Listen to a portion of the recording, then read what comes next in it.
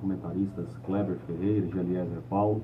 É um prazer participar pela primeira vez como vereador aqui, né, da Rádio 730. Me sinto muito honrado pelo convite.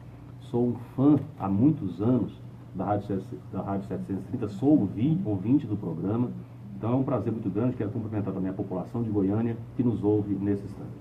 Prazer para a gente ter o senhor também aqui na 730, vereador. Obrigado pela área. Né, ele, na minha perspectiva, o que aconteceu? Eu entendi ele atropelando os trabalhos, não respeitando, por exemplo, o meu direito à fala e dos outros vereadores, no afã, na ânsia de aprovar o projeto, que era o desejo dele. Mas ali na Câmara nós temos a cultura, o costume, em todas as comissões e no plenário, de garantir a fala à pessoa que pensa diferente da gente. Né? E naquele momento eu senti que o vereador Clécio não fez isso, né? E quando eu fui reclamar, pedi a palavra para reclamar sobre isso, reclamar da condução autoritária, que eu entendi que ele estava fazendo os trabalhos, ele cassou a minha palavra, por causa dessa minha reclamação. E isso me deixou muito indignado e me fez ter aquela atitude destemperada. Agora, eu não quero ficar alimentando esse conflito entre eu e o Clécio. Não é esse o meu sentido, o meu propósito. O que eu quero, e fiz isso em plenário, já publiquei nas minhas redes sociais também, um pedido de desculpas, de perdão ao vereador Clécio Alves, pela maneira que me referia a ele, por causa dos adjetivos que me referia a ele. E é esse tipo de clima que eu quero estabelecer, esse tipo de respeito que eu quero ter pelos meus colegas. O senhor se sentiu manipulado? Foi isso? Não é uma questão de manipulação, é uma questão de você ver o seu direito de parlamentar eleito pelo povo sendo tolhido, né, sendo impedido. A democracia, algo fundamental para a democracia, ao meu ver, muito precioso para a democracia, é o direito de falar, é o direito de você ouvir as opiniões divergentes.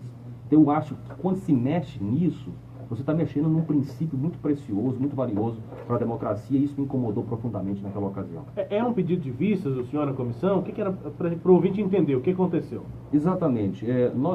Existe um debate hoje na Câmara Municipal acerca do IPTU, e eu devo, inclusive, dizer o seguinte: esse assunto, o assunto específico que está sendo tratado, ele é um assunto muito complexo. Só para vocês terem uma ideia, eu sou uma pessoa especialista em políticas públicas e em finanças públicas. Eu sou especialista nisso, tenho muita experiência nessa área. Mas quando eu peguei o assunto, quando o assunto veio à pauta no plenário da casa, eu peguei o projeto de lei para estudá-lo, eu demorei esse projeto para que eu tivesse mais tempo para analisar, para debater, se for o caso. Por exemplo, qual o impacto dessa decisão nas contas da prefeitura? Se você perguntar isso para a maioria dos vereadores, eles não sabem. Então, o que eu queria? Eu queria tempo para solicitar à Secretaria de Finanças relatórios acerca do impacto dessa decisão nas contas da prefeitura. Isso eu queria, pedir vistas do projeto para isso. Só que a maioria dos vereadores, e aí incluo o vereador Clécio Alves, que é o presidente da Comissão de Finanças, eles estão com muita pressa de aprovar o projeto. E aí, se manifestaram contra o meu pedido de vistas. Onde foi que aconteceu o problema? Porque negaram o meu pedido de vista é natural na casa, a maioria venceu pelo voto, não tem problema. O que aconteceu é que, quando o vereador, por exemplo, Juarez Lopes, foi defender que se me desse a vista, ele impediu a palavra. O vereador Vinícius, por exemplo, que votou contra o meu pedido de vistas, ele queria justificar porque estava votando contra o meu pedido de vista, o vereador Clécio não deixava. Então, é aquele assodamento, aquela precipitação, aquela ânsia, aquele desejo de aprovar o projeto na comissão, que levou, ao meu ver, a essa atitude que eu achei muito ruim no momento, né, e gerou aquela reação minha, mas o projeto em si é um projeto complexo, difícil. Eu, inclusive, estou preparando assim, uma convicção, estou formando uma convicção ainda sobre o projeto. É muito complexo, então na terça-feira, que eu acredito que o projeto deve entrar em pauta, eu irei colocar em plenário na casa todos os meus posicionamentos, as minhas convicções acerca desse assunto. Vereador, aumento de IPTU, normalmente, aumento de tributos, normalmente em véspera de ano eleitoral, deixa consequência muito forte para o parlamentar que o aprova. Essa é uma opinião. Uma outra constatação, no meu tempo de jornalismo, de observação, acerca da tributação urbana em Goiânia, sobretudo da tributação imobiliária, é de que mexem onde não deve ocorrer as mexidas e deixa um aspecto fundamental para as mexidas, que é a localização do imóvel e a forma de tributar aquele imóvel, a alíquota pelo posicionamento. Nós temos em Goiânia verdadeiras ilhas, pagando impostos como se fossem periferia. Nós temos bairros que já foram nobres e hoje caíram completamente na desvalorização imobiliária em função do seu posicionamento, em função do aparecimento dessa nova forma de vida que são os condomínios fechados, pagando como se ainda fossem bairros nobres. Eu acho que é aí que está o X da questão. E o projeto mexe nessa questão? Muito bem, Kleber. Eu acho que, olha, você agora foi de uma precisão de raciocínio extraordinária. Cuidado. Eu estava conversando, como eu sou um vereador novato, eu conversei ontem, inclusive, com o vereador Rogério Cruz, que já tem, acho que está no segundo ou no terceiro mandato, e já tem bem mais experiência com ele, participou da elaboração da planta de valores da legislatura passada.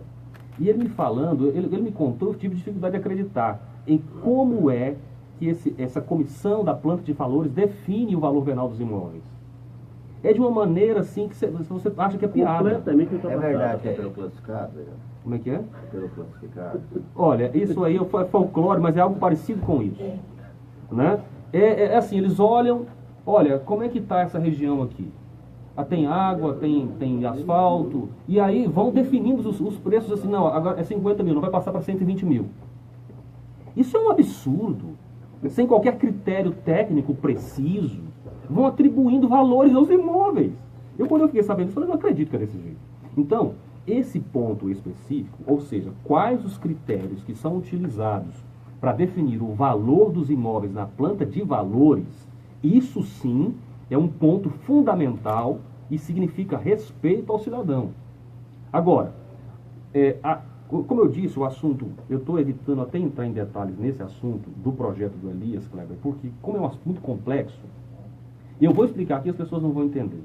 Mas o que eu quero dizer, respondendo a sua pergunta, é que o projeto do Elias não tem qualquer impacto na planta de valores. A planta de valores continua a mesma, a de 2015, aprovada em 2015. Tá? Isso eu posso responder com muita objetividade. Agora, a questão em si do detalhe do projeto, inclusive eu quero desafiar os jornalistas a pegarem o projeto do Elias e entender o que está ali descrito. Ler, não só ouvir os vereadores falando, porque o que eu tenho observado, assim, os vereadores estão falando isso, falando aquilo e tal, e a imprensa formando a sua opinião pelo que os vereadores estão falando. Eu quero desafiar, portanto, a imprensa a ler e entender o que o projeto do vereador Elias Vaz está propondo. Eu fiz isso. E o que está propondo? E é muito complexo, é muito difícil até de explicar. Veja bem. O que é difícil de explicar não é o projeto que foi aprovado lá atrás, que define esse reajuste automático, esse aumento automático no IPTU, porque o projeto do Elias é simples, quer parar o aumento no IPTU. Não é tão simples assim, Rubens. Já que você insiste em entrar no assunto, eu vou tentar explicar. Porque a nossa função é essa, não, claro, eu respeito. Eu estou tentando, assim, reservar esse debate para o plenário da Câmara na sexta-feira, mas eu vou tentar, por respeito aos ouvintes da Rádio 730, tentar explicar de maneira objetiva essa questão. Com a aprovação da planta de valores de 2015, o que se verificou na prática? É que muitos imóveis sofreram, passaram por um processo de alteração do valor venal muito grande, decorrente da valorização desses imóveis. Então você pensa, por exemplo, um imóvel ali ao lado do Passeio das Águas. Com a instalação do shopping, esse imóvel deve ter valorizado 200%, 300%. E a planta de valores captou isso, em situações como essas em 2015. Então, o que isso geraria para esses contribuintes? Um aumento muito grande do valor a ser pago pelo imposto, não decorrente de aumento da alíquota, mas decorrente do aumento do valor venal. Então, o que o legislador na época fez? Quando ele percebeu isso, ele criou uma ferramenta chamada deflator. O que o deflator faz? Ele diz assim, olha, para imóveis acima de R$200 mil que sofreram uma reavaliação muito significativa, um percentual muito alto de reavaliação, de alteração do valor inicial para maior na nova planta de valores, para evitar que o contribuinte receba esse impacto de uma só vez, o impacto desse aumento decorrente da reavaliação da planta de valores, Eles fizeram isso de maneira escalonada. Então não é exatamente um aumento do imposto, mas é uma aplicação gradativa. O que representa isso? Nós temos 700 e poucos mil imóveis hoje registrados na cidade de Goiânia, onde se incide o IPTU. Quase 400 mil imóveis não têm qualquer incidência desse debate, porque eles estão abaixo de 200 mil. A população mais pobre não sofre qualquer impacto desse debate. Quem é que está sofrendo impacto, que pode sofrer o impacto desse debate? Pessoas que têm imóveis acima de 200 mil, que correspondem a 300 e poucos mil imóveis. Agora, a lei, ela diz assim, olha, quem tem de 200, por exemplo, quem tem um imóvel que vale de 200 mil a 400 mil, por exemplo, o reajuste da planta de valores será aplicado escalonadamente a 5% ao ano. Se é um imóvel de 400 mil até 800 mil, 10% ao ano. Eu não estou pegando os números precisos aqui, é só como eu não estou com a lei aqui agora, mas é só uma ideia de como é que isso é tratado na lei. Então, o que eu estou percebendo que está acontecendo? Quando você faz esse tipo de proposta que os vereadores estão fazendo, na prática você está beneficiando as pessoas mais ricas. Por quê? Quem tem imóvel cujo valor é até 200 mil, ele já sofreu 100% do impacto da nova planta de valores, Kleber.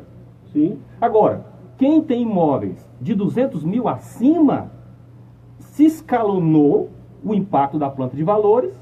Eles estão agora querendo cancelar isso, e o que isso vai significar? Que quem tem imóvel com preços mais altos não vai sofrer o impacto da planta de valores de 2015. Vereador, mas aí, e é importante a gente entrar nessa discussão, eu vou entrar ainda mais. Não é importante que essa atualização da planta de valores seja paralisada enquanto o sistema de zonas de cobrança não for revisado? Porque é aquela questão também que o Kleber falou, o condomínio fechado está na mesma zona de um residencial. O Vale do Sonho estão na o mesma exemplo zona. clássico é esse. Rubens e Kleber, e aí está o Não tem grande... que corrigir primeiro a questão das alíquotas para depois Muito ver bem. isso? Aí é que está o grande equívoco do debate. A planta de valores de 2015 já foi aprovada. Não há não aprovação da planta de valores de 2015. Não tem como mexer nisso. Não, o projeto quer mexer nisso. Não. O projeto quer que não continue. Não. Eu estou dizendo que a grande maioria da população que tem imóvel de até 200 mil reais já sofreu o impacto da planta de valores de 2015, e esse projeto do vereador Eliezer não trata disso. Ele está tratando do impacto da planta de valores nos ricos, ou naqueles que têm condição financeira melhor. É esse o ponto. Agora, quando... eu estava dizendo agora há pouco, o vereador, o Kleber Ferreira, suscitou uma questão aqui que eu defendo.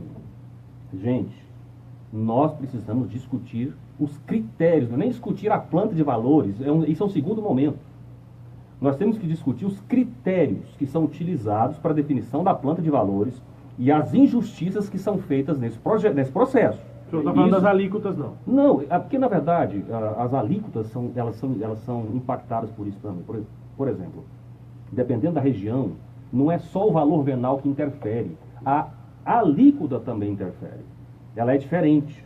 Então, é preciso ter um critério. Eu estava dizendo isso para o vereador com quem conversei ontem. Eu estava dizendo, nós precisamos de critérios mais simples e mais objetivos na definição da planta de valores, que parece, como eu disse agora há pouco, uma piada.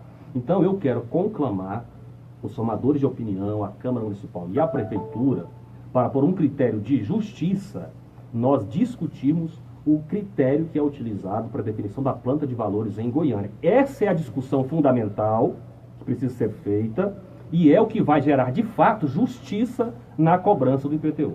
Vereador Oséias Varão, do PSB, ao vivo conosco aqui na 730, 751. Força no Brakes e Estabilizadores. Há 24 anos promovendo energia ininterrupta, de qualidade, com assistência técnica, locação e vendas multimarcas. Está com uma super promoção para este mês de agosto. Confira. Força no Brakes, a força que você precisa. Na Avenida Castelo Branco, número 1015, setor Coimbra. Telefone 3291-7891. E você, ouvinte, tem dúvidas sobre as regras da Previdência Social e Aposentadoria? Confira toda quinta-feira no Cidadania em Destaque a presença de importantes especialistas convidados. Oferecimento Paraná Banco, consignado do INSS, é no Paraná Banco, 3213-0505.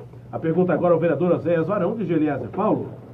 Vereador, o senhor sente alguns de seus colegas, não todos, mas assim, eles tentando fazer dessa questão do IPTU um palanque político, vamos dizer assim, um palanque de discurso, sem levar a fundo a questão? Geliezer, é o seguinte, a questão IPTU aqui em Goiânia, ela é especialmente traumática para os vereadores. Eu tenho que, inclusive, reconhecer isso, né? Na legislatura passada, nós tivemos uma discussão muito grande acerca desse assunto.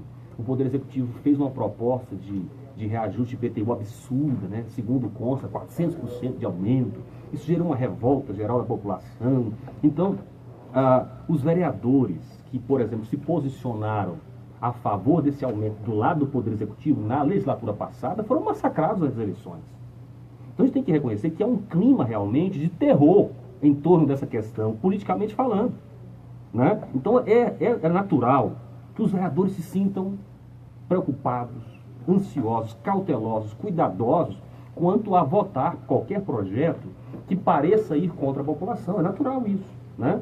Agora, eu não quero aqui fazer críticas pessoais, não é esse o sentido do meu trabalho, né? Eu não quero ficar fulanizando o debate. Eu quero apenas participar de um debate qualitativo, que eu entendo que tem que participar, com respeito à população. Eu quero deixar algo bem claro para a população, inclusive para aquelas pessoas que votaram em mim. Vocês têm ali na Câmara um vereador que vai fazer tudo o que tiver ao seu alcance para defender a população com honestidade e com coerência. Esse é o princípio fundamental para o meu trabalho na Câmara. Alguém às vezes me acusa assim, Zé, se você fizer isso, você vai perder voto. Eu quero dizer algo para a população de Goiânia. O povo está cansado de políticos que só agem com base no cálculo eleitoral. Foi por essa razão que nós estamos hoje na situação em que estamos como país. O país está em desgraça, porque uma presidente da República tomou as suas decisões avaliando apenas a sua reeleição e sacrificou o país por causa disso. Fez bonito na foto diante do povo em determinado momento, mas não contou para o povo que aquela decisão que ela estava fazendo, aquelas escolhas que ela estava fazendo, que fazia ela ficar bonita, por exemplo, redução da tarifa de energia elétrica. Ora, quem não gosta de uma ideia dessa? Depois aumentou, né? Aí ela reduziu 20% e depois foi obrigada a aumentar 80%. Então esse tipo de atitude de político irresponsável, que para garantir a sua reeleição sacrifica o povo, fica bem na foto com o povo no momento, mas depois mata o povo, não é a atitude que eu quero adotar para o meu mandato. Vereador, o senhor apresentou na Câmara o projeto da escola sem partido. As escolas hoje têm partido?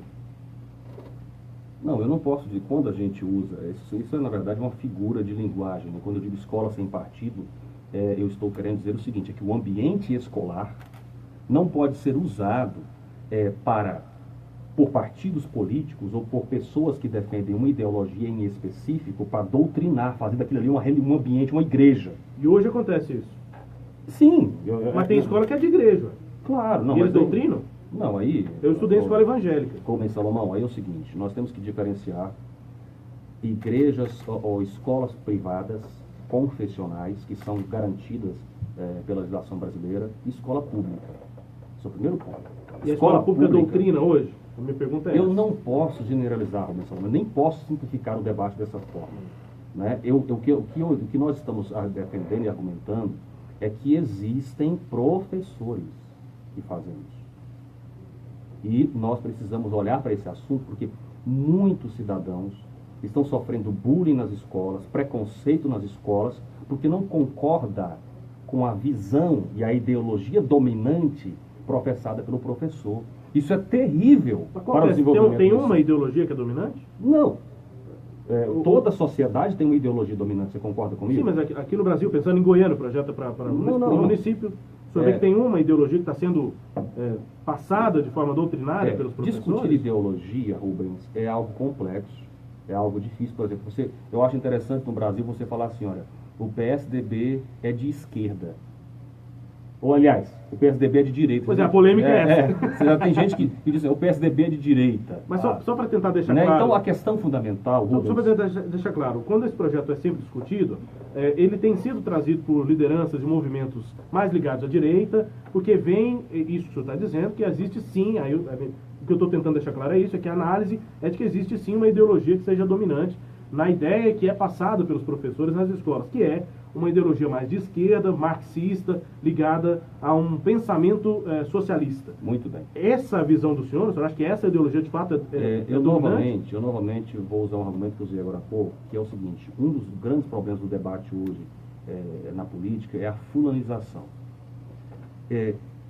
Que seja de direita ou que seja de esquerda, não se deve fazer doutrinação. O ambiente da sala de aula não é para ser feito uma igreja da escola pública, não é. Então, não é uma questão de defender... Está falando aí um pastor, hein? Não, exatamente. Então, eu aprendi um princípio, Kleber, que é o seguinte: eu não posso querer para o outro aquilo que eu não quero para mim.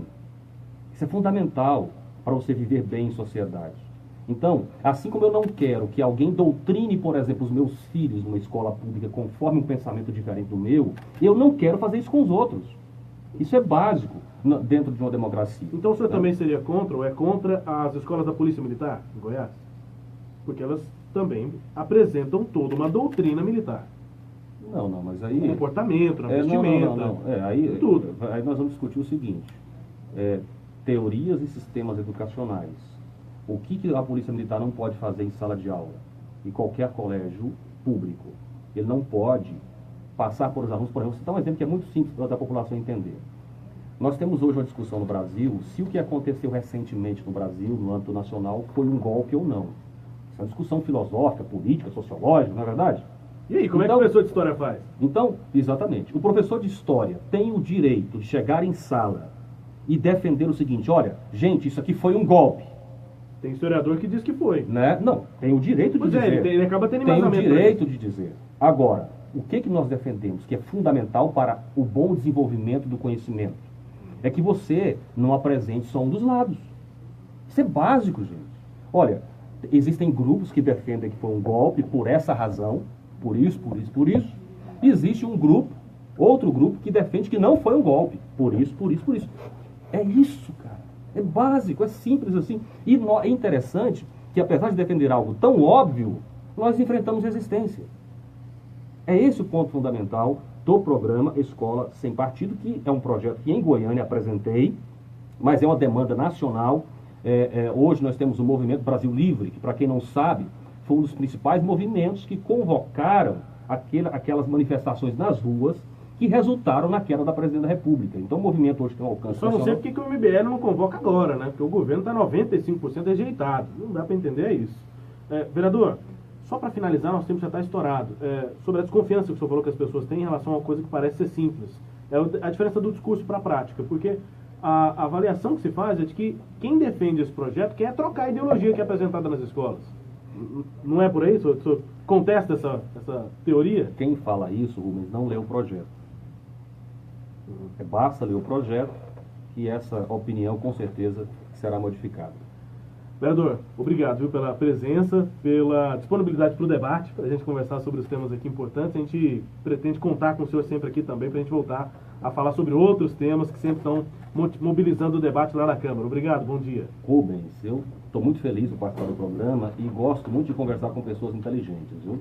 Então é um prazer muito grande estar aqui. Quero mais uma vez cumprimentar a população de Goiânia e dizer que eu, como vereador ali na Câmara Municipal, quero honrar a confiança que me foi depositada como político e fazer de fato a diferença. Contem comigo. Kleber, Ferreira, Geliezer, Paulo, um prazer muito grande estar participando dessa bancada juntamente com vocês. Obrigado pela entrevista.